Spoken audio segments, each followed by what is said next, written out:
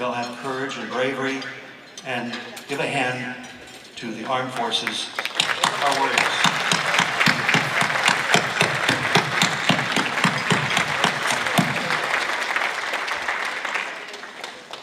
A select number of warriors are going to speak up here. Love to have them all, but a few are going to be up here and sharing their stories. The first one story is Sergeant Cassara. Are you here? Yep, you're here. Can you step up here, please?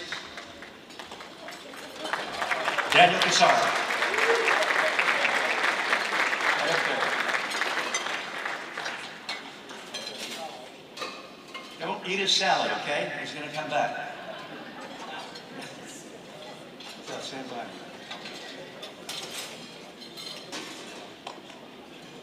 So, I'm going to let Sergeant Cassara talk in his own words after I give him a little bit of testimony to his time in the service. He was in the Department of Corrections in Illinois, and loan officer, but he was patriotic enough to join the National Guard, and believe it or not, they called him up after 2001, after 9/11. He was called up in the National Guards, California National Guard's 1st Battalion. Ran into real problems, severely injured when his vehicle flipped over after rolling or an anti-tank mine in South Baghdad. Sergeant Cassara somehow is standing here tonight. He sustained bilateral fractures to his right tibia, fibula, shattered left tibia, shattered heel, ankle bones to his both feet, dislocated right hip. He went underway with 24 medical surgery. So he's still here.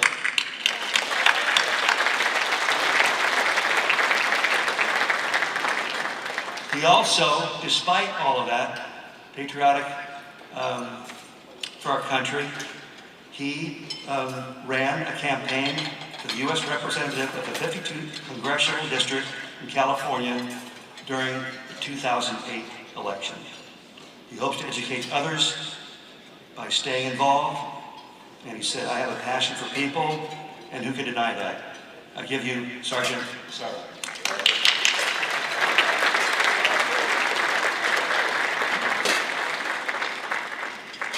Well, first of all, thank you for this opportunity. Joe John, I really do appreciate you and all that you have done for men and women who have put on the uniform, past and present. I did not know I'd be up here, so I am truly winging it here.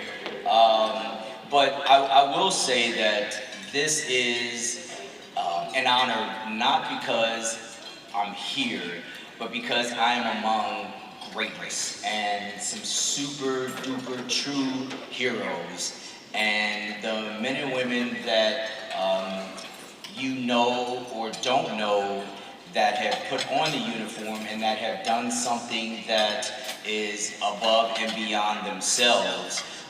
It's just something that for me is necessary to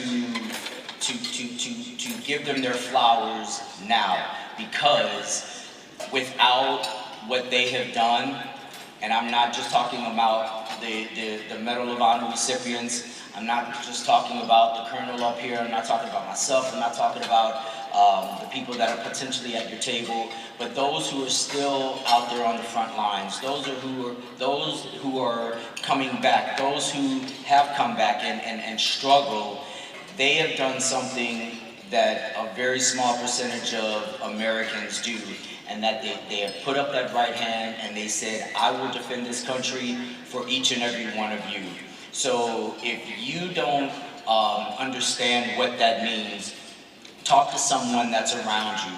Find out from them exactly what they have done to allow you to be in this place at this moment, in what they call, you know, the most beautiful city in the world, but figure out how you are being able to be here because of them. We are the true one percenters, the people that have decided to go in and put our lives on the line for people that we don't know, people we'll never meet, for our loved ones, for ourselves, for our family members, and so forth. So thank you again for just this opportunity, Joe John. Thank you to each and every one of you that has put on that uniform. Thank you for each and every one of you who supports those who have put on that uniform. To the spouses out there, thank you. You have put up with a lot of foolishness, and for that, you absolutely should be commended. So God bless you. Thank you for all that you've done, Congressman Isley, thank you for being here. And for all of you who love this country, God bless you. God bless America. Thank you.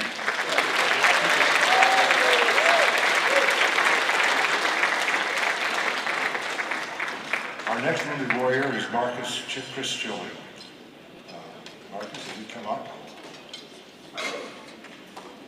Marcus joined the Marines. He seemed to have Marines all over the place. In 2005, at age 18, he served 11 years.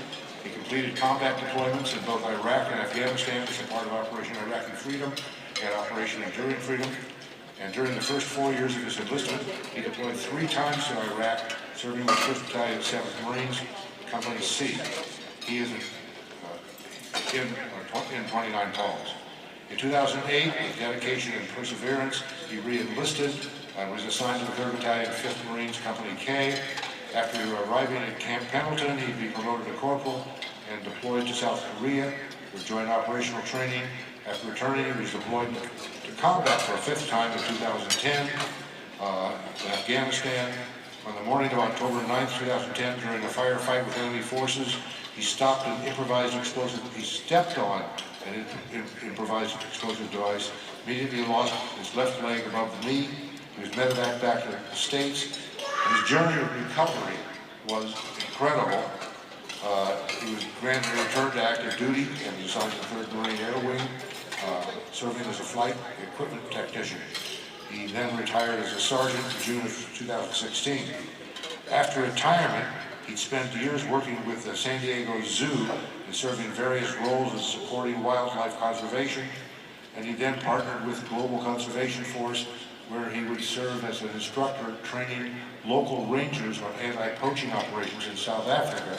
In 2020, he got his degree in business management and now works for the truck telecommunication industry, assisting in the Tribal Broadcast Connectivity Program. He and his wife in Atlanta currently live in San Diego, raising their 6 kids.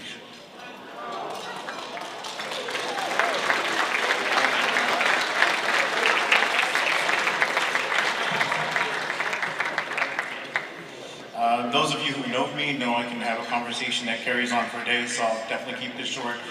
Ladies and gentlemen, it's a pleasure to be here with you this evening. Thank you so much for showing up at such a tremendous event on a day that we celebrate not just the armed forces, but those who support the men and women who take up the courage to serve this country. There are only three primary things that I wish to share with you tonight, and one is that resiliency is not a choice. Resiliency is a choice, it's not a condition. You don't wait to feel strong, you choose to stand back up even when it hurts. My second one is purpose can be found in the fight. In combat, we didn't fight because we hated what was in front of us, but because we loved what was behind us. The same sense of purpose still drives me today. And last but not least, gratitude turns a second choice. Gratitude turns a second chance into a calling.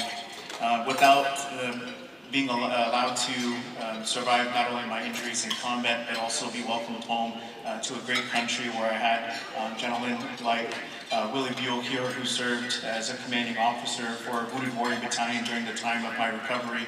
I wouldn't be standing here today. So thank you guys again so much. I hope you enjoy the rest of your evening.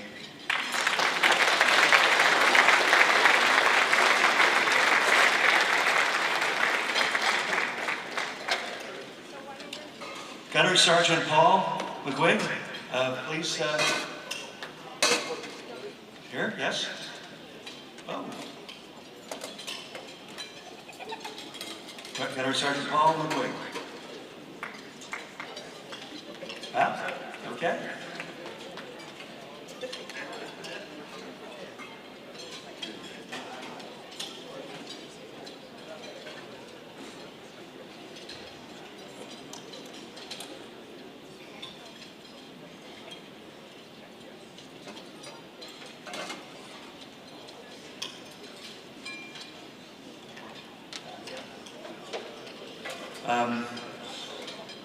Gunnery Sergeant, I'm going to start off with a quote from Gunnery Sergeant Paul McGuigg's son.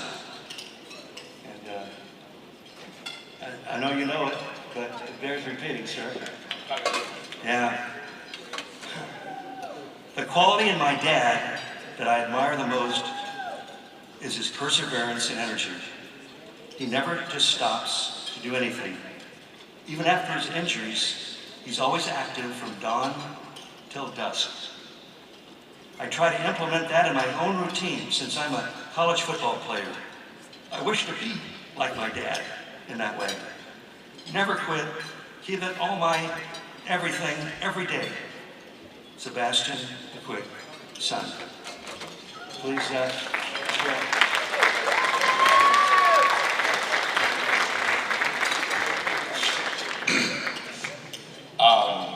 So my son graduated from college today.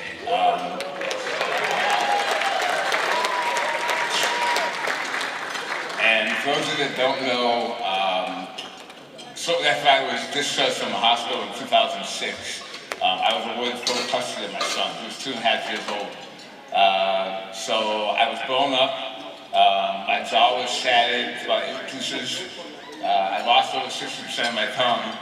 And I'm raising a 2.5-year-old ball of fire. So she's going to law enforcement. She has been accepted to the Laguna Beach Police Department. He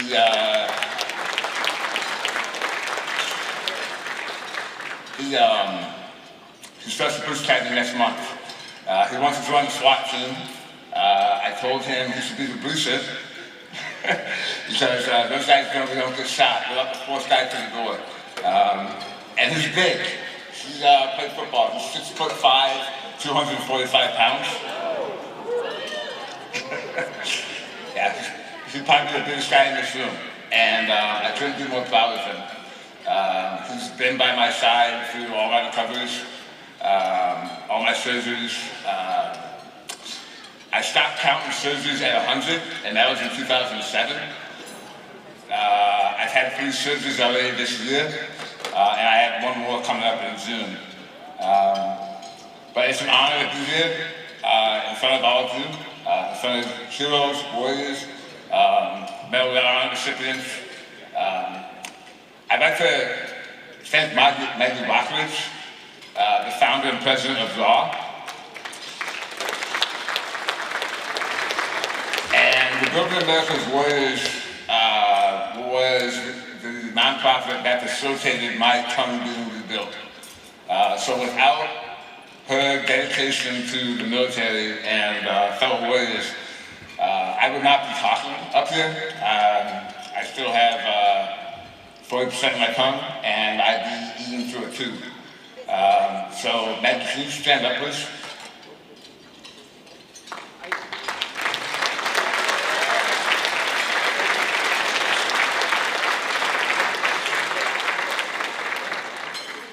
She's like my surrogate mother, and I will close by saying, God bless America, God bless combat veterans of Congress, and God bless all of you as well. Thank you.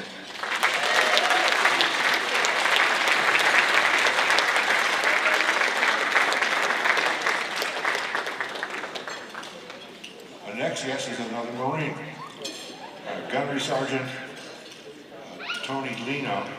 He served 4 tours of duty in Iraq. Sorry?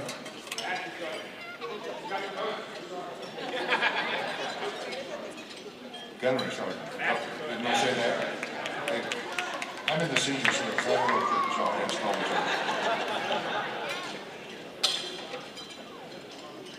He served 4 tours of duty in Iraq, wounded twice, And even with those disabilities, he continues to serve on active duty with the Marines.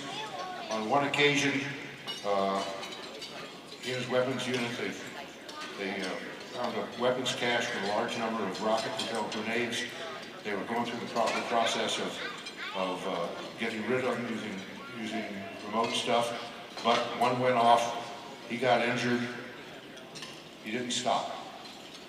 I can go on and on and on, but he's one of those guys who wants to serve this country and will do so even when he's injured. I won't go on beyond that, but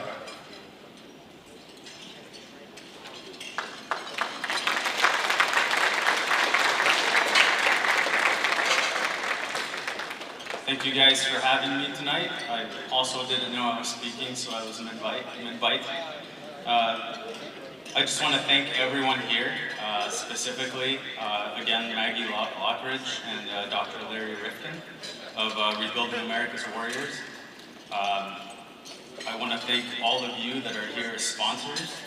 I also want to thank everyone running for Congress, whether you're in the middle of your campaign or you're an established congressman. We appreciate everything that you guys have done for us and will continue to do for us. As a bomb tech, I share that in common with Mr. Isa. We're trying to thrive in unstable environments, and I would never want to run for politics. Even I wouldn't want to do that. But, I commend all of you for doing it, and I very much appreciate it. I appreciate this day. I appreciate that you folks are here to support us on these kinds of days, and, thank you for everything.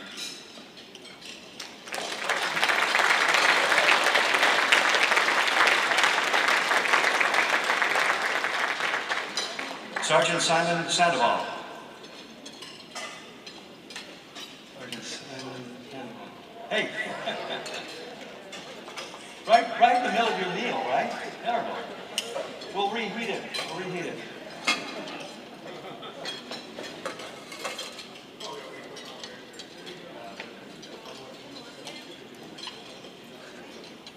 So, you're looking at a man that, in Sergeant Simon Sandoval, stories of strength. 18 years serving the Marines. 18 years, multiple deployments in Iraq and Afghanistan, frontline battles, losing his mates, seeing them die, seeing them wounded, seeing them not coming back. Really difficult times. And after those 18 years, he ran into some real dark places because it was so horrific. But being the Marine that he is, Semper Fidelis, always be faithful. He kept fighting, and I'll let you tell the story real quickly. Thank you.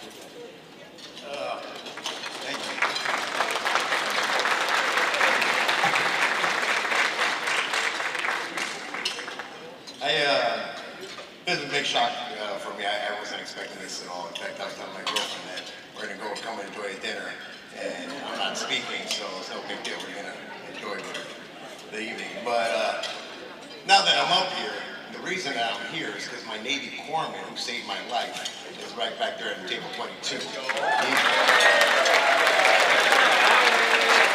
was Ivan Krimker. He's telling me to be quiet for that. No, but I'm going to tell a story, okay? Since I'm up here and I didn't know I was going to speak about this.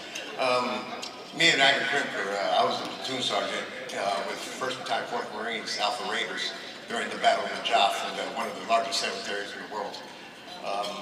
It was a very hard fight, pushing through that cemetery in 115, 120-degree weather, and we're loaded down with ammo, water, and ammunition the whole time that we're pushing through that cemetery. We're in a big fight against Magdad al-Sadr and the Mahdi militia during that big battle. And you know the history about that fight. Anyways, once we were able to push into the city, we were trying to get into a position, into a building where we could set up our platoon and patrol base or a location where we could defend ourselves from. The main effort of our company was in another building with one of my squads in there. And it was during the time that we were trying to get across a danger area of an alleyway. We get hit by an RPG round coming down the alleyway. And I was knocked about 5 feet into the street. During that gunfight, I remember myself being totally knocked out, or at least I couldn't hear it. It was ringing in my ear, and I was looking into the sky, and, with the stars right above me. And it was like the Star Wars scene with tracers going right above my head. So Doc comes out into the middle of the street, and he jumps on the top of my body. Yeah, so thanks, Doc. All right. Get emotional every time I tell that story. So, anyways, my Navy corpsman called me out here. Now we were speaking in a place I didn't think I was going to be talking about. And, God bless America. God bless the service members that have given their lives and have been, wounded seriously. And my boy, Doc, I love you, right?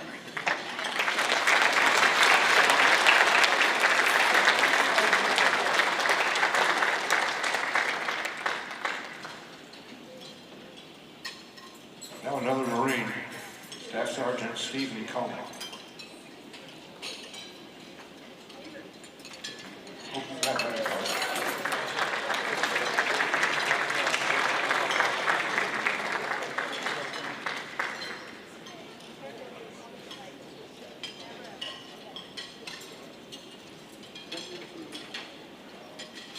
Okay, Staff Sergeant Carlo comes from a family devoted to military service, growing up with a father who served in Vietnam, grandfather in World War II.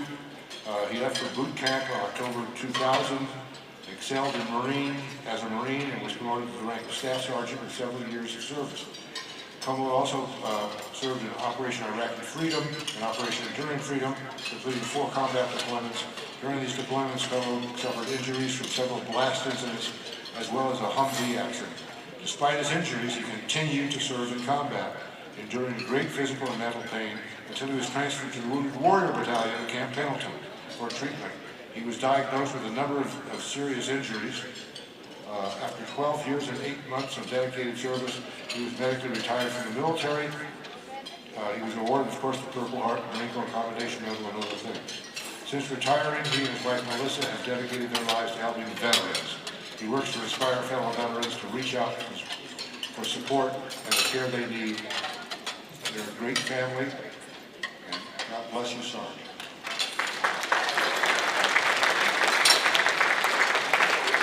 Well, just like everybody else, didn't know I was going to get here to speak.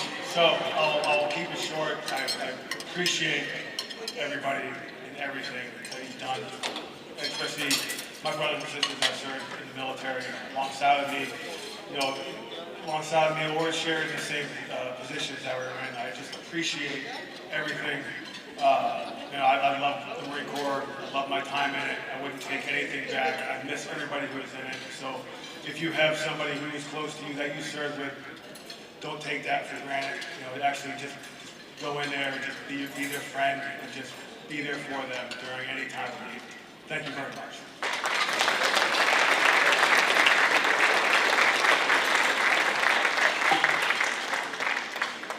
Final Wounded Warrior is a Navy corpsman, but it's a misnomer.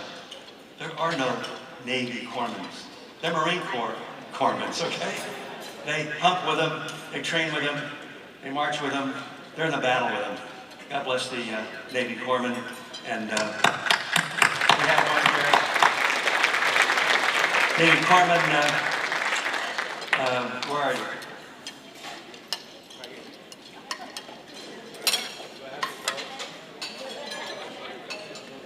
Ivan? Warm him up.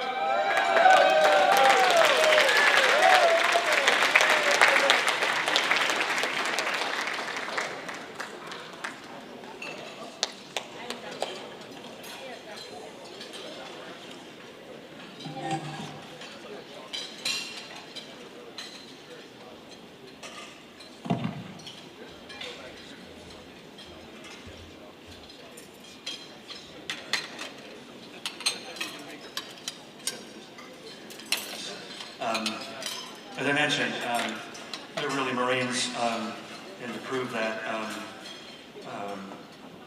in 2004, Hospital Corpsman Ivan Kripker deployed with Battalion Landing Team 11th Marine Expeditionary Unit in support of Operation Iraqi Freedom. So he deployed with the Marine as corpsmen do. On August the 25th, this gentleman, this corpsman, during a battle in Najaf, your platoon, Ivan's platoon, found itself pinned down by a heavy machine gun sniper and rocket-propelled grenades, firing. During the firefight, an RPG exploded next to Ivan, knocking him unconscious and wounding his platoon sergeant. When he regained his consciousness, this corpsman, Ivan, threw himself on top of his injured platoon sergeant, protecting the sergeant from further injury. That's what corpsmen do, that's what patriots do. Please share your thoughts. Corpsman Ivan.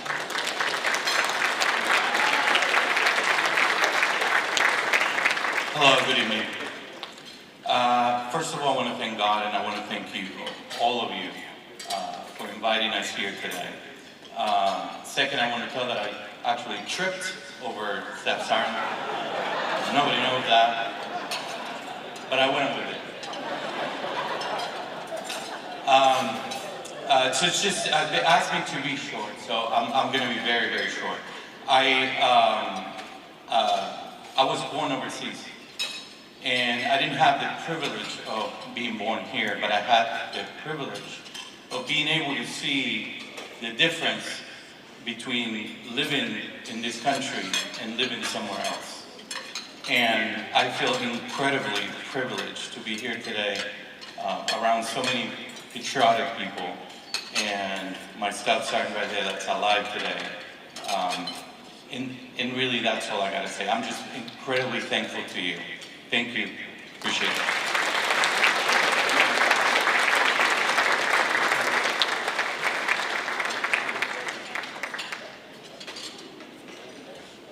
We're going to change the pace a little bit now. I taught American government for 15 years in college.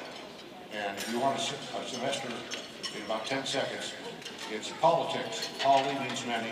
Ticks are blood-sucking insects. And our mission as Americans is stop electing ticks.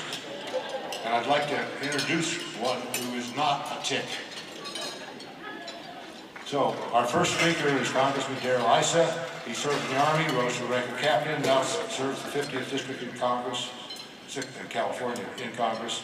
He's been endorsed by Representatives for Congress. He's chaired the Oversight Committee. He's done a lot of other things.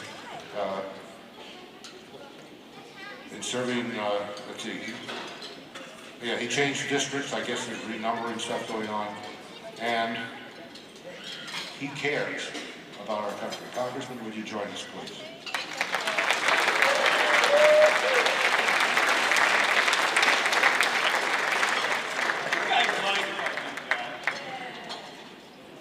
Colonel, that's been bugging me all night. Well, first, thank you for getting it right, because I'm back in the 48. That's California for it. It was 48, 49, 50, and 48. I thought I was going to get keep going up in numbers, but no joy. Colonel Rob Simmons, would you stand up, please? This old coot and I came into Congress together in 2001.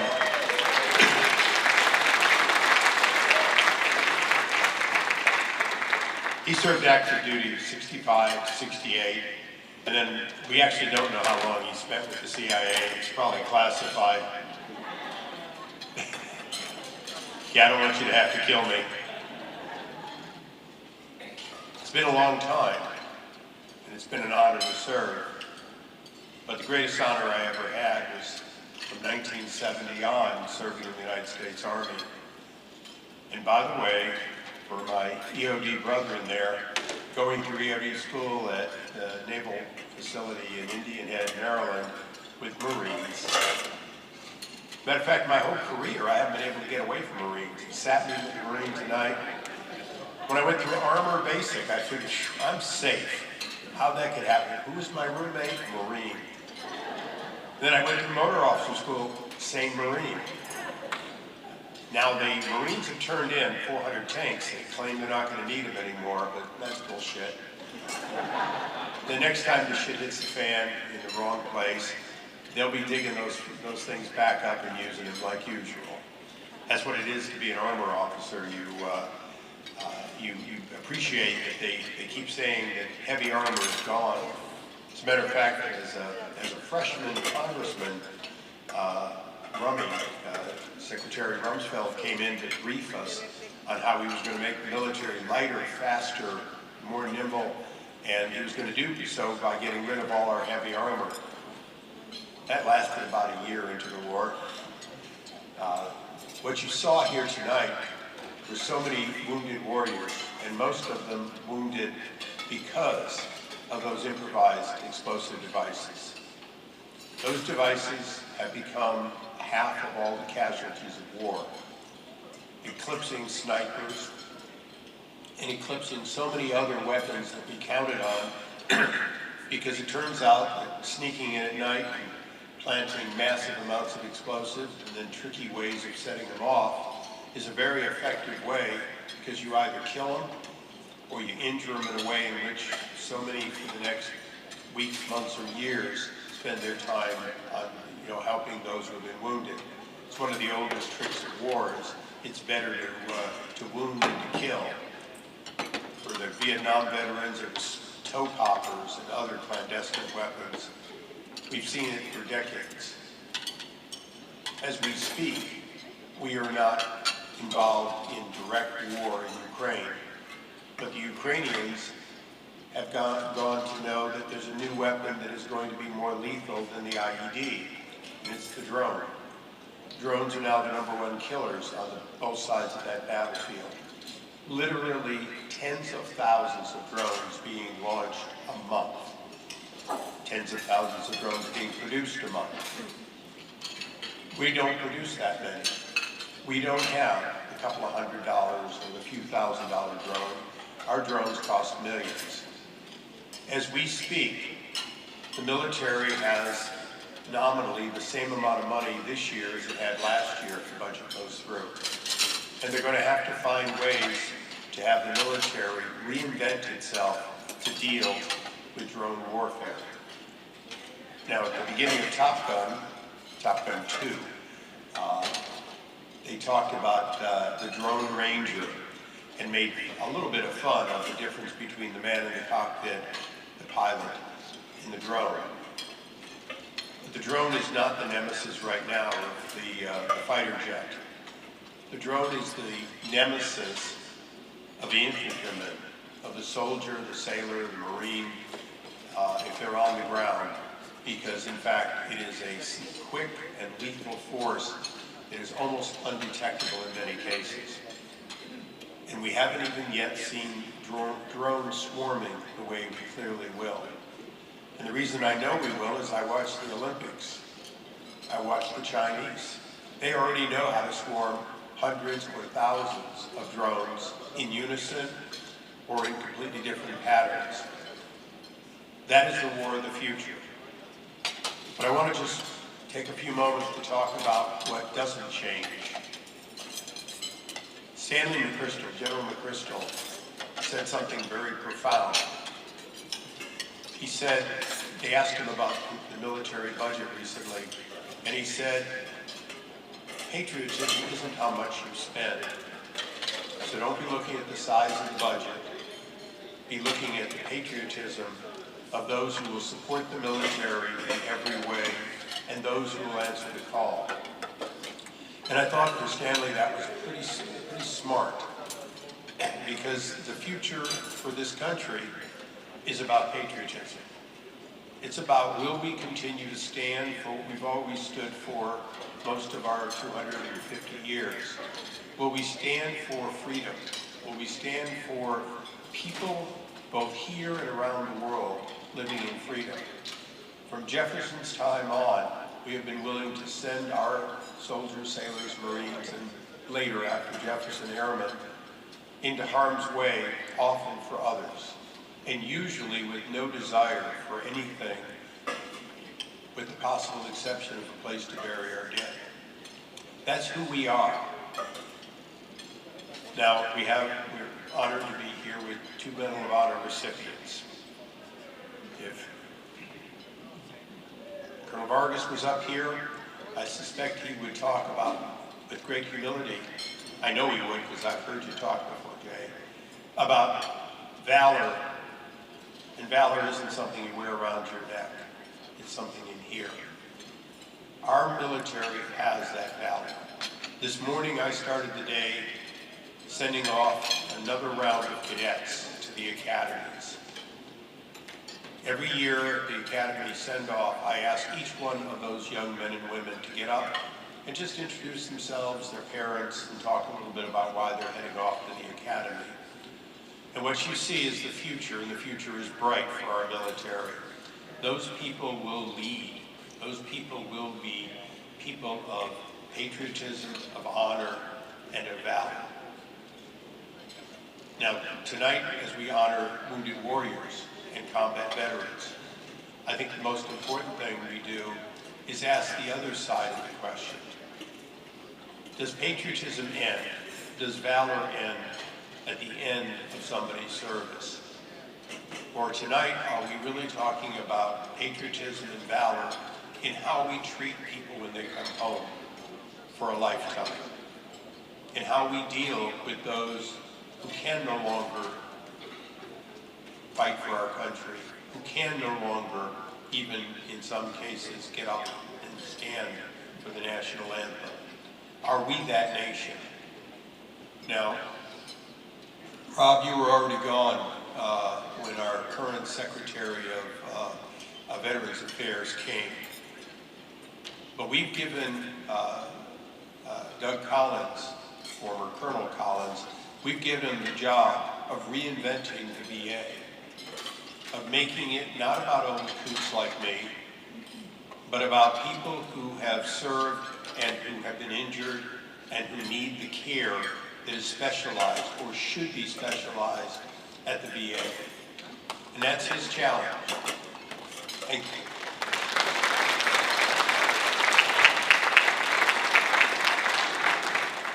Well, Pete Hegseth is reinventing the military to make it do more with the same amount of money, have more tooth and less tail. Doug Collins has a mandate to put our soldiers, sailors, and Marines who have served and who need our help first, and to make it efficient.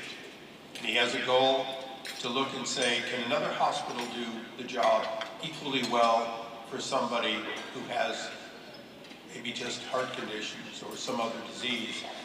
And will money get them the best care as close to home as possible? But for those who need special care, those who have lost limbs, those who do not feel where they should feel or feel where they shouldn't feel, do we have the research and the hospitals to take care of them in a way that is world class? So those are some of the things that are going on as we speak. Obviously, for everyone here tonight, we also know that although we have special operators all over the world tonight in harm's way, some who might die tonight, and we have missions supporting people who are dying in real wars. At any moment, that 9/11 call, that 911 call, if you will, might happen, and people will be back in harm's way from this military. So I want to thank all of you for being here tonight, to think about those who can no longer, honor those who have been with us and for us, and most importantly, in the way of quiet patriots, support what America stands for in the past, the present, and if tomorrow needed, in the future. Thank you, and God bless.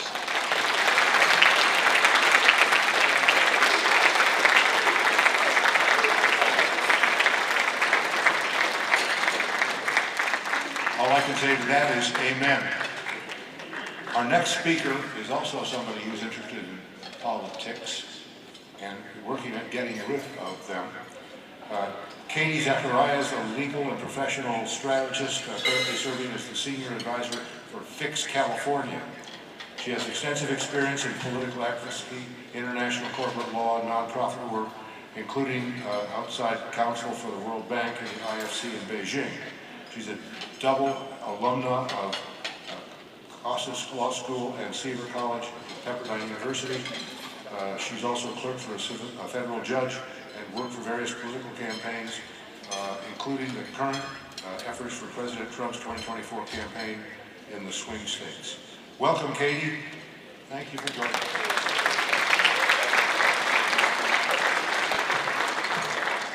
Wow, it's such a privilege to be here. I look around and I think about the fact that a Fix California title among combat veterans and wounded warriors. What are we doing in California that deserves to be here? So what I would say is we're metaphorically fighting the combat zone of California.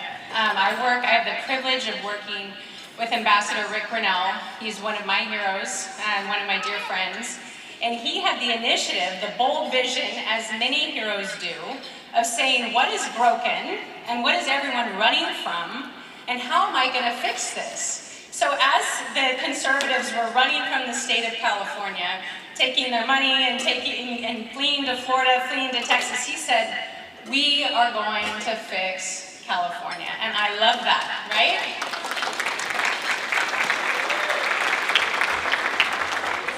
As a daughter of a dad who was in the Navy in Vietnam, and growing up to Rush Limbaugh every day on the radio, in California, yes, I feel that I was bred for being in a state and holding the line and saying, we are not going to allow any more of California to be given away to the woke, crazy, radical left Democrats.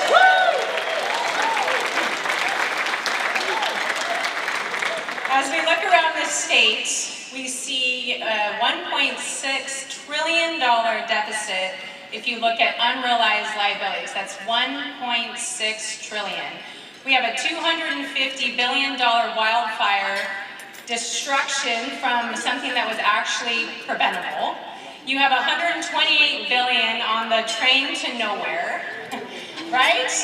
Gavin Newsom has now turned the clock back and said, oh, well, maybe giving health care to illegal immigrants wasn't such a great idea after $24 billion was spent and he asked for a $3.4 billion loan from the federal government. We have a lot to fix, don't we, in California? And yes, we do. But I will say that the Los Angeles right now after the fires, we are ready for a change.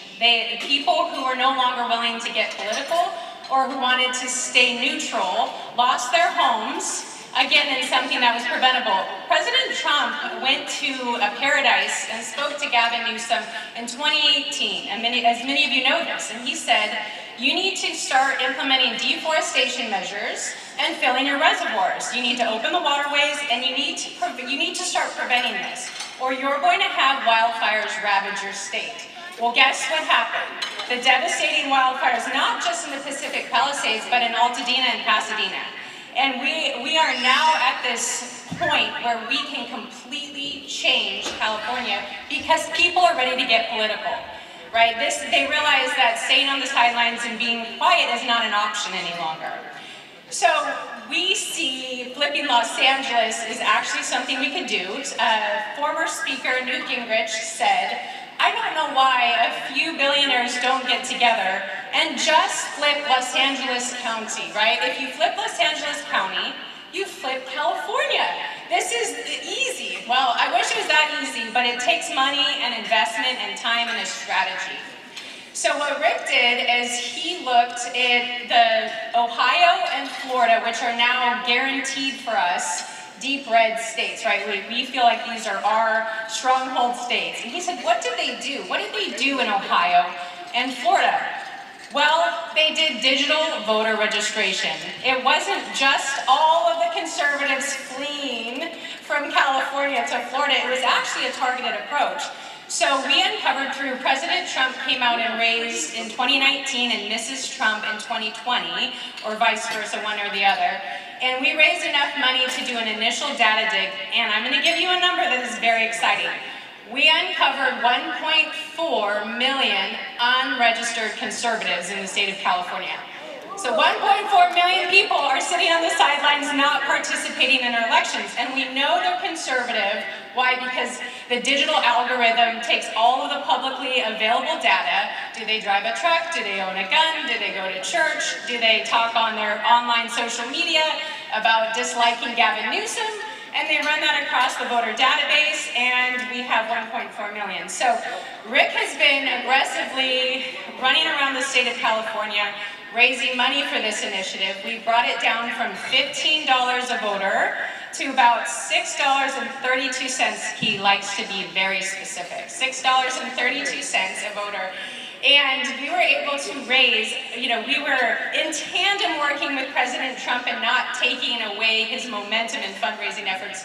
So last year was a little bit more tricky. However, we were able to raise about register 200,000 new voters that went out and participated in this last election in 2024. That's historic, right? And we know that was our work because the data shows it. The data shows the area where we have the new registered voters and that they went out and voted. So this actually impacted key counties, and we are confident that we can continue this momentum with the right support. Now, what we are interested in is getting these common sense policies back in our state. We want our children's school systems to be protected. We want parental rights for those children, right? I have my kids, I don't know how many of them made it so far, but here's my daughter and my son back there. I have 4 kids and my husband graciously holding down. And I don't want to have to leave California because it's so broken, right? The reality is that they're in a private Christian school because I can't put them in a public school and because of what's happening, but that shouldn't be the case. And for people that don't have the ability to put their kids in a private school, we need to be fighting for our school systems to be normal and common sense. And so us together with Fix California and now with Assemblyman Carl DeMaio with his voter ID initiative that he's running. So that is in line with, yes, exactly. That's in line with President Trump's proof of citizenship that he's going after. We're going to try to do that for statewide elections. This is a 70% issue. So if you take voter ID, you take registering new voters, and finally, this is what Darrell Issa is doing with Judicial Watch. Congressman, they have sued on AB 37, which allows the 7-day voting window. So it's the voting week that the president always talks about. This is not a voting week, this is a voting day, right? In California, we have 7 days where you can receive and count ballots after election day. That, as long as they're postmarked, but that happens to be all swinging up for one party, and it's not our party, or not my party. So we could have won potentially Michelle Steele's seat. We had Duarte and we lost Mike Garcia. And you can see a very statistical clear line after election day. There was a win and then there was a loss. And so if we can get these 3 things, and I know it seems insurmountable, but I tell you, nothing is insurmountable, and it's only insurmountable if we decide that we're going to give up on it, if we walk away from it. I feel with all the courageous people in this room that have literally walked into much bigger battles and much more direct fight, that we can take back California, because we have to bring the battle to them. This is their stronghold, right? This is the place where they bring out all their crazy policies and think that they can transfer this to the rest of the country. And it's not, and it can't work anymore. We have to say, this is where you stop. And it's so interesting that I'm getting to say this with Barry Goldwater Jr. because my very favorite speech by Ronald Reagan was when he was campaigning for your dad in 1964 in Los Angeles. So once upon a time, we had Ronald Reagan, and this state was an amazing state, a golden state. And one of the things that he said during that speech, this speech is very, very incredible. If you haven't listened to it, it's called A Time for Choosing. and I think it pertains to all of us every day in our life to choose to fight. But what he said, and it so pertains to California, is he said towards the end, "You and I have the courage to say to our enemies, there is a price we will not pay.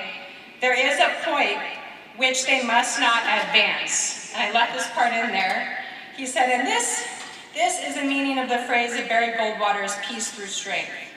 Winston Churchill said, "The destiny of man is not measured in material computations. When great forces are on the move in the world, we learn we're spirits, not animals."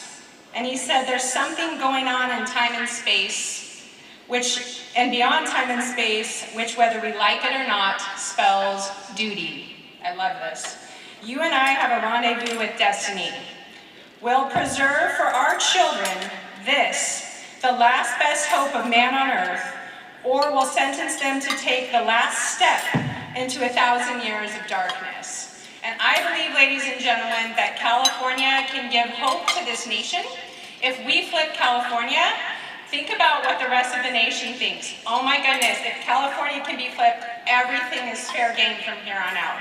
And we can bring back common sense to the United States through California. So thank you very much, and God bless you.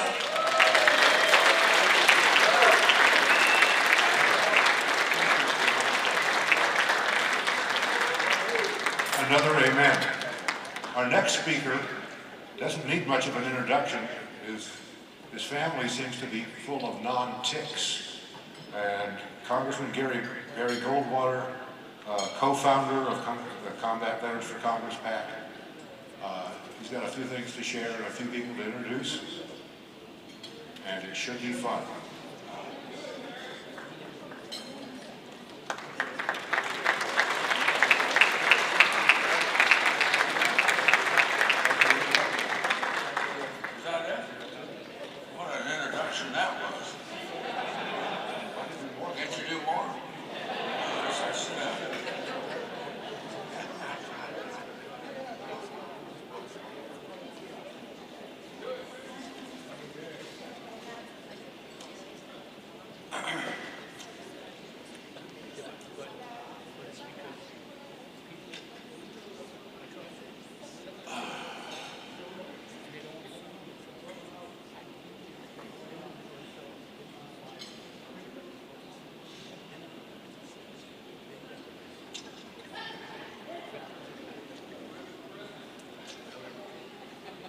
My name is Barry Goldwater.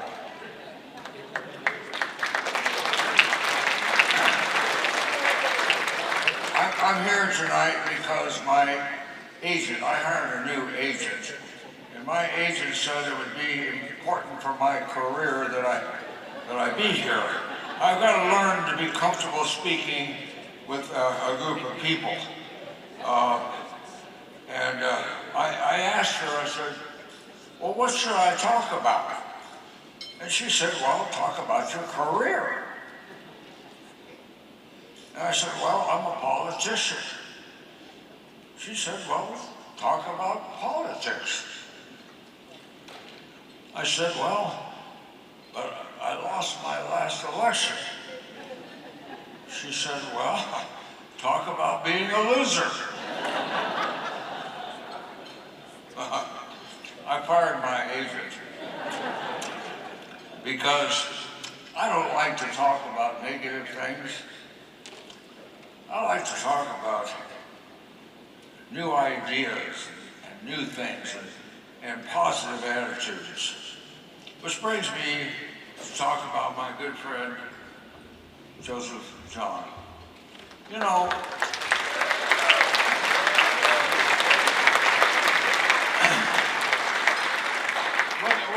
whether it be in politics or business or government or a teacher, a motion picture involvement, a husband, father of two beautiful young daughters, Joe has left his mark on all those that he has touched. Joseph John has been a warrior in his commitment to liberty, our Constitution, the free market, and God. I first met Joe John 46 years ago when I was running for the United States Senate in California. I asked Joe if he would handle San Diego for me, which he did. We didn't win, but it started a friendship that has lasted all this time. We traveled around the world together. After I retired from Congress, we traveled around the world. We went to Taiwan looking for business opportunities. And in the hotels, you remember this, Joe? I had a hotel room, and next to me was your room, and we'd bring these business people in. I'd get their, all their names and addresses, and I'd shuffle them into Joe's room, and he'd find out what kind of business they had. And we came back from that trip with all kinds of opportunities. We stopped in Bangkok on our way to Saudi Arabia, where we had lunch with a Bedouin king. Bedouin king, not the big king, but the king of the Bedouins. And then we watched a camel race. We had a great trip, Joe, and together, along with actress Connie Stevens, we started Combat Veterans for Congress. I respect Joe's friendship over these years. Whenever I had a problem, I didn't hesitate to ask Joe for a little help, and he was always there. We worked together, and we played together. Joe is, well, he's humble, he's soft-spoken, he's a real caring, he's got a big heart for lesser people. He's a warrior patriot who served his country in the Navy for over 30 years. But Joe's best friends are his two beautiful daughters, Jessica and Jennifer. Now, I'm going to leave it at that, and you're going to hear from them a little bit later. But tonight, we've come together to honor our wonderful warriors. You represent the very spirit of bravery, courage, sacrifice, dedication that defines the very spirit of our nation. And in that respect, I've got to recognize General Mike McNeil, who's here with us tonight. Mike, thank you, sir. You are an inspiration and a leader that we all admire and respect, and thank you for honoring Joe John by your presence.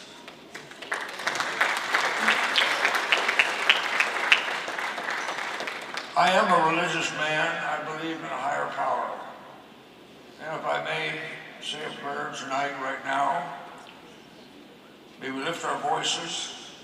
Dear Lord, we give thanks for the courage and dedication of our wounded warriors. Heal their bodies, renew their spirits, and flood their lives with peace.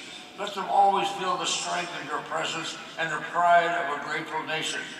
Let them find rest from their burdens and renewed hope for the future. Amen.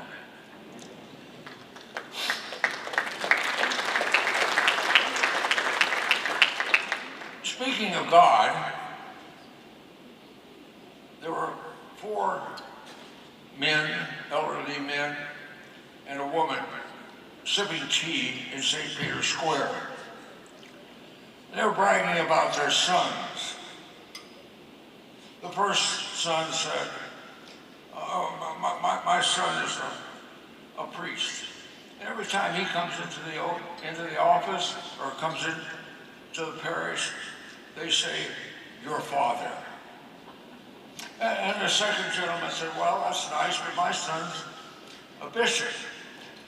And every time he comes in, they all say, your grace. And the third gentleman said, well, that's awfully nice, but my son's a cardinal. And every time he comes in the room, they all say, and bow their heads, your highness. Well, the fourth gentleman said, I got you all beat. My son is the Pope. And every time he comes in the room, they say, and they bow their head, your holiness. Well, this woman was sitting there watching these old guys talk about their sons. And she said, you know something, gentlemen? I don't have a son, but I've got a daughter. And she is gorgeous. She is beautiful. She is amazing to look at. And every time she comes into the room, everybody says, oh my God.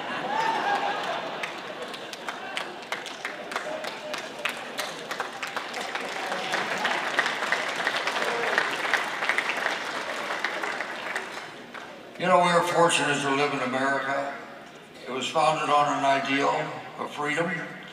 One of the greatest miracles is ordinary people doing extraordinary things. Which reminds me of my great-great-grandfather, Big Mike Goldwater, a Jewish peddler who came across the Atlantic Ocean, across the area where the Panama Canal is, and got a paddle wheel up to the west coast, up to San Francisco, where he got a mule and a wagon, and went to the gold fields and went broke. He went to San Francisco and went broke. He went to Los Angeles. And from Los Angeles, in partnership with another Jewish gentleman, he loaded his wagon full of clothing and pots and pans, and out across the hot, burning, snake-infested warrior Indians, he traveled across that desert to Prescott, Arizona. That wagon and that mule turned into a regional department store.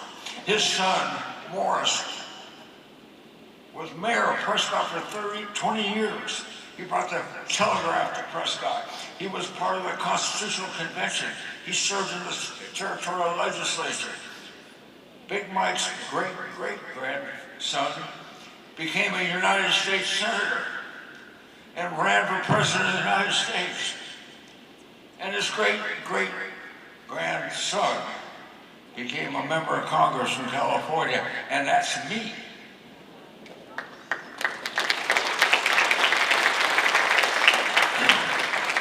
I served with my father. You know, back up, all my life, I admired and respected my father, and I always wanted to be in business with him.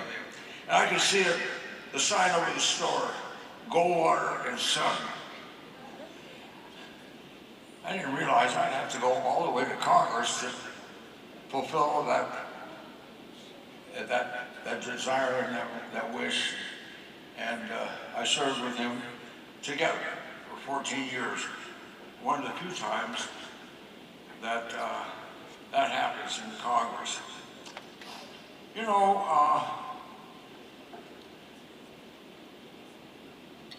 our freedoms are constantly always being challenged, just as they were back under our President George Washington. It was a classic struggle back then.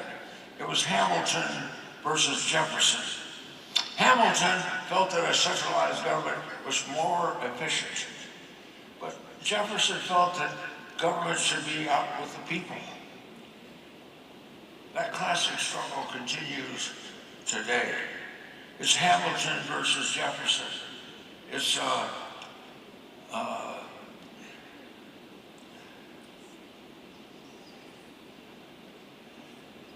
Milton Friedman versus John Maynard Keynes. It's the New York Times versus the Wall Street Journal. It's MSNBC versus Fox versus Newsmax. It's the left versus the right. It's Republican versus Democrat. That classic struggle continues today. It keeps going back and forth. But in the end, our freedoms prevail. This is a great nation that we are so proud to serve. Because of many reasons, today we're an angry nation. That anger does not contribute to civil discussion. It could very well destroy the very freedoms that we love. When I was in Congress in 1968, to 1984, Speaker Tip O'Neill, who was a liberal, fiercely partisan Democrat, Irish Democrat from Boston, was the speaker. But Tip O'Neill realized that if he didn't allow the minority, which I served, I was in a minority for 14 years. If he didn't allow the minority a voice, democracy was not really working. So we had an opportunity to participate in creating policy. And we would fight in committee left and right.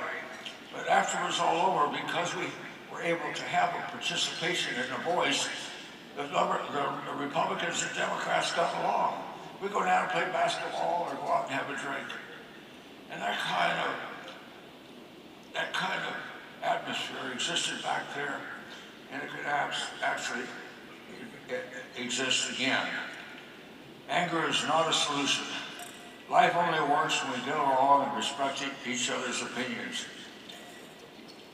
When we talk about issues and not personalities, I remember Ronald Reagan's admonition about the 11th Amendment: "Thou shalt not speak ill of any fellow Republican." We must learn really today to like each other and try to respect each other's opinion. Charles Plumb was a Navy fighter pilot who flew 74 missions over North Vietnam, and on his last mission he was shot down and served 7 years as a POW. After he was released, he was home and he lectured about his experience. But he and his wife were in a cafe having tea one day, and a stranger approached Charlie Plumb and says, "Sir, you're Lieutenant Charlie Plumb. You flew off the Kitty Hawk. You were shot down over North Vietnam and served 7 years as a POW." Charlie Plumb was taken back. He said, "How do you know that?" And the young fellow says, "Well, sir, I packed your parachute. And it must have worked." And Charlie Plumb said, "Well, it did work, or I wouldn't be here talking to you today." You know, later on, when Charlie Plumb was home and quiet, he started thinking about this young sailor, how he must have seen him on the boat, but never said anything. Because this was just a young sailor with his bell bottoms, his white hat, and his bib. And after all, I was just a fighter pilot. We never talked. But Charlie Plumb, thinking about this fellow, down deep in the bowels of the aircraft carrier, working over this long wood table, working on this parachute, how he pulled the shrouds to make them tight, and folding the silks just perfect, and rolling them into and packing them into a parachute for somebody he did not know and whose life he could be saving. It's interesting how we go through life.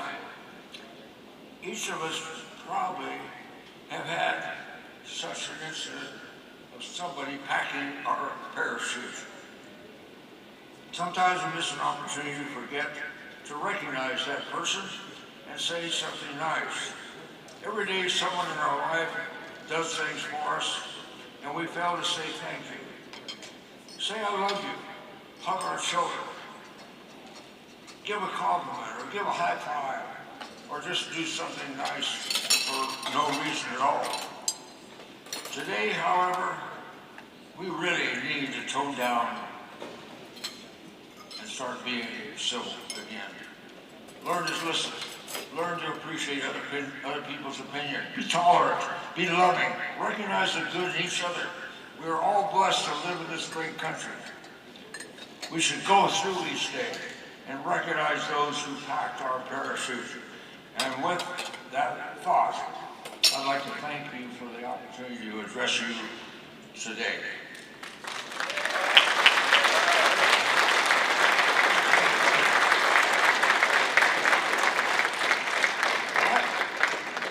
We've got to begin to like ourselves, be happy, love deeply, enjoy life.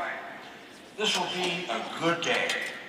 You may have self-doubts, maybe, but God thinks you are a work of art. All of you, each of you are in a position of influence and leadership. We need to go to work. You and I are ordinary people, but together we will do extraordinary things. Thank you.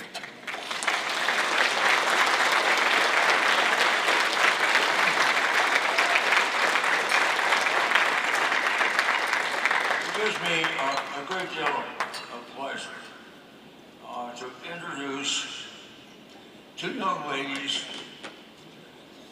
who have watched out after their father, who've been there all the time, taking care of him.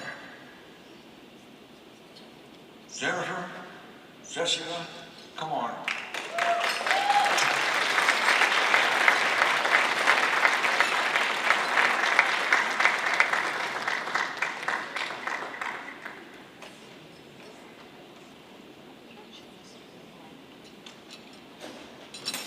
For those of you who don't know us, I'm Jennifer, this is Jessica, we're my dad's twins, Joe John's twins. I'm going to say that we are so proud of my dad and all that he has done for our country and all that he's done to combat the Congress.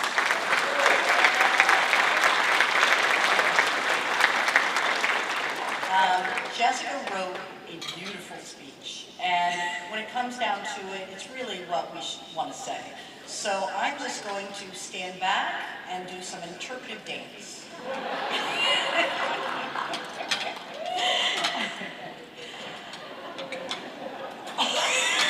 It actually is. My father, one of the most patriotic people I've ever known, is a first-generation American. Son to Hannah Hermes John, born on January 2nd, 1902 in Midyat, Mesopotamia, the area that is now part of Turkey and Iraq. My father has often told the story of his mother's treacherous journey to this country. In the fall of 1915, encouraged by the Turkish government, Muslim Kurdish tribesmen rode out to the hills to massacre Armenian, Assyrian, and Greek Christians. My great-grandfather, Jacob Hermes, was traveling in the United States at the time, so my grandmother, Hannah, was without him when she witnessed the massacre of the people she knew and loved, including relatives, and then watched her mother and her brother starve to death. The Congregational missionaries who rescued what was left of the family gave them safe haven in their church school compound in Mardin. Flying over that compound and protecting them from the Kurdish attacks was the American flag. With the help of the Central Falls Congregational Church, my great-grandfather, Jacob Hermes, sent for his children and relatives, and my grandmother, her sister, and two cousins waited in Marseille until they could enter the U.S. as legal immigrants, arriving in Providence, Rhode Island on May 19, 1921.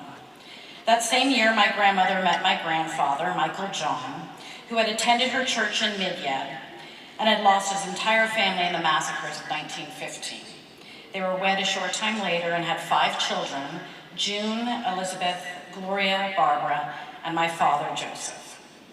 Both of his parents were very proud to become American citizens. My father has often told me of the wonderful memories of his mother's patriotism. He said that she often sang patriotic songs and told everyone how much she loved America. She always studied voting issues, never missed an opportunity to exercise her right to vote in every election. She communicated with Senator Green, who gave my dad a principal appointment to the U.S. Naval Academy, as well as Senator Pastor, Senator Chaffee, and Senator Pell, ever grateful to be a part of a democratic government that cared to hear from its citizens. My father told me that his mother was the driving force behind encouraging her children and grandchildren to seek college educations, 3 of her 5 children received 6 college degrees, but none made her more proud than my father, who graduated from the U.S. Naval Academy in 1962 and went on to serve his country for over 30 years. My father is a product of his mother. He knows, in a way few do, how lucky he and his family are to live in the United States of America. In my father's long career, he did 3 tours of duty in Vietnam, duty in Operation Desert Storm. I was deployed with Special Operation Forces on 9 worldwide counter-terrorist operations. He was awarded 21 medals for operations in Vietnam, the Philippines, and Kuwait during Operation Desert Storm and in operations in the Middle East. 5 meritorious service medals by the U.S. President for great strategic service to the United States, as well as the Battle E ribbon, Navy Marine Corps Overseas Service Deployment ribbon, and the Surface Warfare Officer insignia. In 2013, my family and I worked with the Mount Soledad National Veterans Memorial in La Jolla to secure a plaque dedication to memorialize my father's 30 years of honorable service in the U.S. Navy. His plaque is now enshrined among the plaques of other heroic military figures who defended the nation in every conflict in U.S. history. My father taught me to love this country too. I remember dying to be chosen to pick the morning song in elementary school so I could choose one of the patriotic songs my father had taught me. Today, along with emails he sends me reminding me about the dangers of Diet Coke, funny dog videos that he knows I love, and something about John Wayne or Frank Sinatra, the emails he sends have titles such as "Celebrate the 240th Independence Day on this 4th of July with a story about the origin of the Star-Spangled Banner. Display the American flag on Flag Day, June 14th, and every day." Or on Veterans Day and every day, Americans thank veterans for their service and defense of the Republic. My father's years of dedication to the Combat Veterans for Congress has been his final love letter to our country. I often wake at 6 a.m. to see an op-ed sent out at 3 a.m. Go to sleep has become our new term of endearment to one another. Go to sleep, Dad. I know he will miss this work, but I am grateful that he will finally be able to get some real rest. One final note about my grandmother. On September 15th, 1984, my grandmother, Hannah Hermes John, passed away. Following her passing, Senator Barry Goldwater of Arizona eulogized Hannah Hermes John in the well of the United States Senate. And the record of Senator Goldwater's eulogy of Hannah Hermes John is listed in the 99th Congressional Record of September 12th, 1985. Of all the wonderful awards and honors my father has received, I believe this is one of the things he cherishes the most. I feel certain that Grandma is looking down on you, Dad, proud of all that you've accomplished and your dedication to the country she loved so much. I'm proud of you too, and I love you.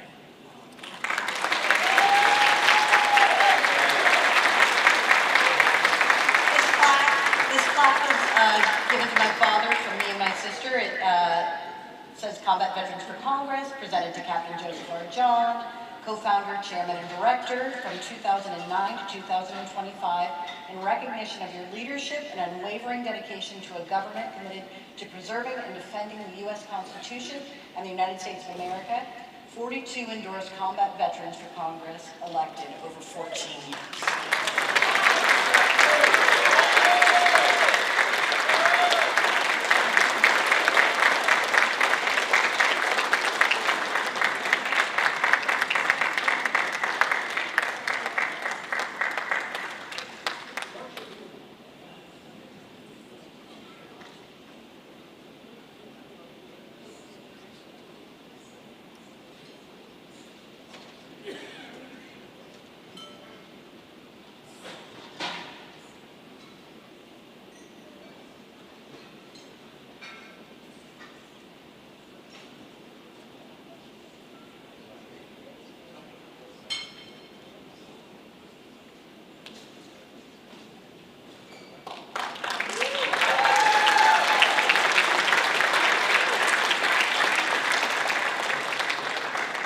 The best thing that ever happened to me was to have these 2 daughters.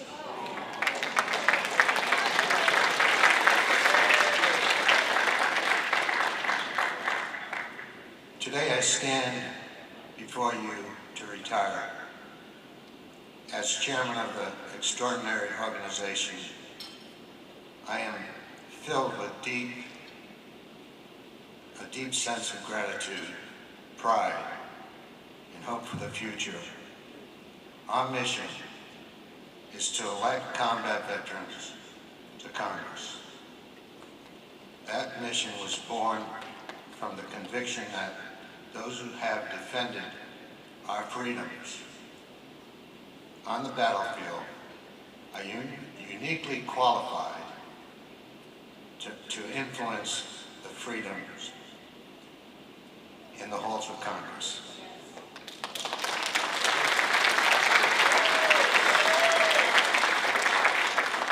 Together we have forged a legacy that transcends the battlefield and brings the unyielding spirit of service into every legislative decision today.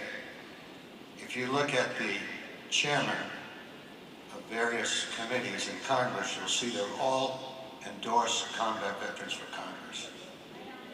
We've really done quite a job in the last 16 years.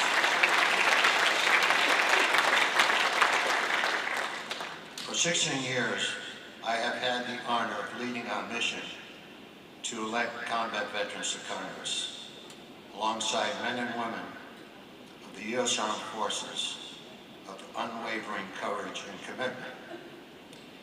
Every campaign we undertook, every 2 years we had a campaign. Sometimes there was a presidential campaign in between, but every 2 years for 16 years, every victory we celebrated was more than an election win. It was a reaffirmation of duty, honor, and sacrifice, all the values that we believe in, not only for the front lines, but also in the core of our nation's governance. I'm proud that our efforts have gifted veterans the chance to bring their firsthand experience to the conversations that shape the policies affecting our nation and our lives. Our success was never achieved at the achievement of one person alone. It was the strength of many, states bound by a common purpose. I extend my heartfelt thanks to every one of you, our supporters, friends, and fellow veterans, whose relentless strive for the love of country and justice has driven this organization forward. The dedication and resilience has been the pillars upon which our movement for and in support of elected combat veterans who were elected to Congress help build our nation. As I transition from this role, I do so with confidence and optimism. I am assured that the spirit of the mission of the Combat Veterans for Congress that we have ignited 16 years ago will continue to flourish under new leadership. Though I retire from this chair, my commitment to our cause remains unwavering. I will always be a staunch advocate for the principles we have always advanced. I look forward to seeing more combat veterans taking their rightful place among our nation's elected representatives in Congress. Let us today not be seen as, let us not today be seen as a farewell, but a celebration of what we have achieved together. Barry Goldwater and I started this organization 16 years ago. I couldn't have done it without Barry Goldwater. He was a strong advocate and continued to help us through all these years.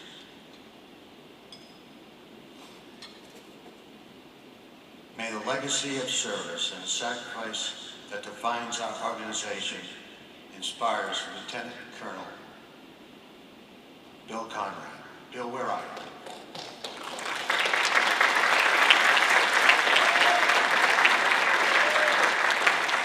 Bill Conrad is a West Point graduate. I won't hold that against him. He's a retired lieutenant colonel with heavy combat experience and a Green Beret officer. And he's replacing me as a chairman.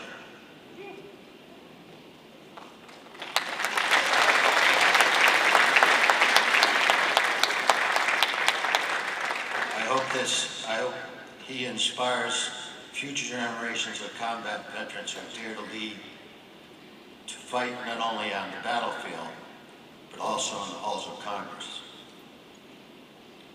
I appreciate the honor of serving as a chairman of the Combat Veterans for Congress,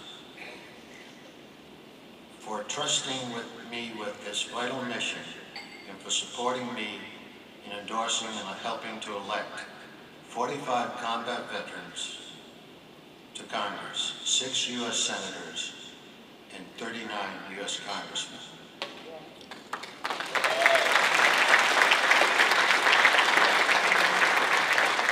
This historic pursuit has never been equaled in the 239-year history of our country. We have contributed to a better, more representative government for America. God bless you all, and God bless America.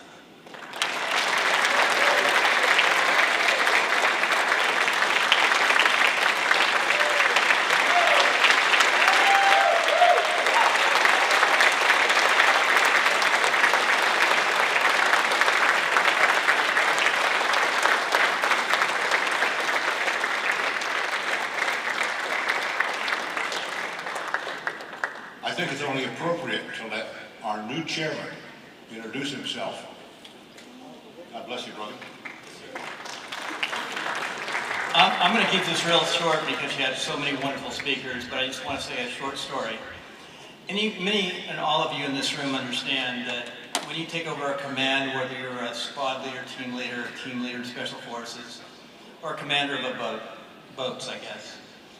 I'm not Navy. You want to come into a unit that's maybe needs a lot of work and is failing because you have a great chance to do well.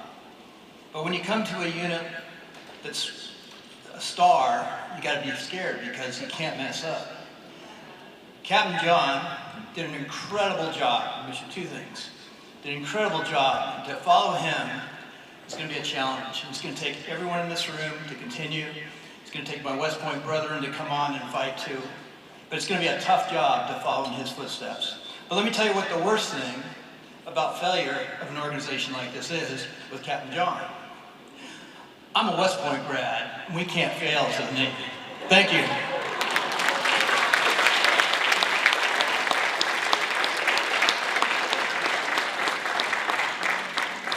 And with that, mission accomplished, we've done it.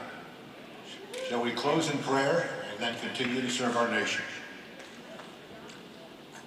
Question for someone?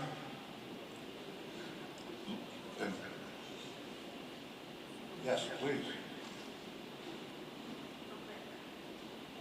Please do, Pat. Please. You read my mind. I tried this time. All right. May the God who is the source of life and flourishing fill you with all joy and peace as you put your hope and trust in him. May you be filled with his Spirit to embrace all that is true, good, right, and beautiful, and in so doing, be a light in this world. Amen.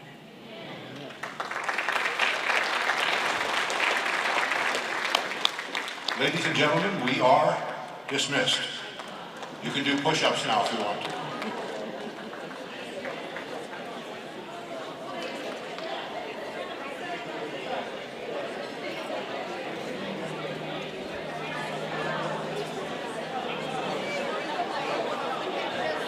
Excuse me, everyone. If you could just have a moment of my attention.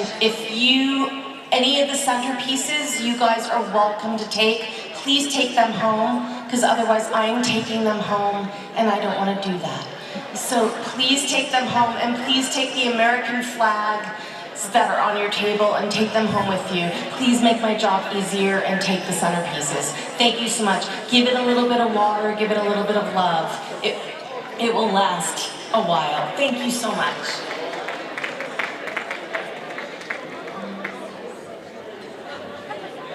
All the Marines, please come to the front of the podium. They want to have a picture taken.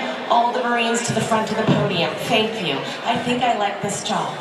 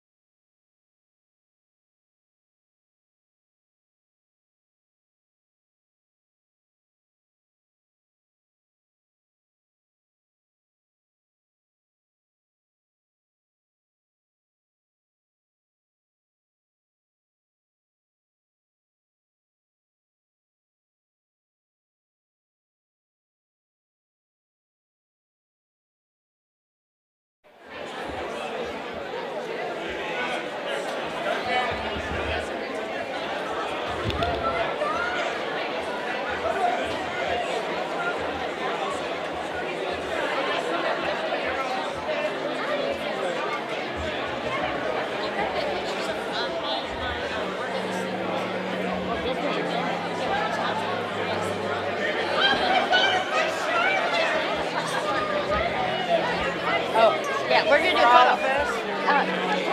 A photo right here. Oh, we're good. I got us on. We're getting on. Come on, ladies. Come on. Come on. Come on. You gotta take a picture of all of us. We're good. Yes. Yes. Come on, Nancy. Get in. Come on, Lisa. With that sexy dress. Come on, get in there, Jackie. Come on in. Okay, come on in. I want to show my dress. Get down. Let's leave our flags. Ready, 1, 2, 3. Come on, ladies. Yay! Perfect. Thank you so much. Say La Jolla. La Jolla. La Jolla. Yay!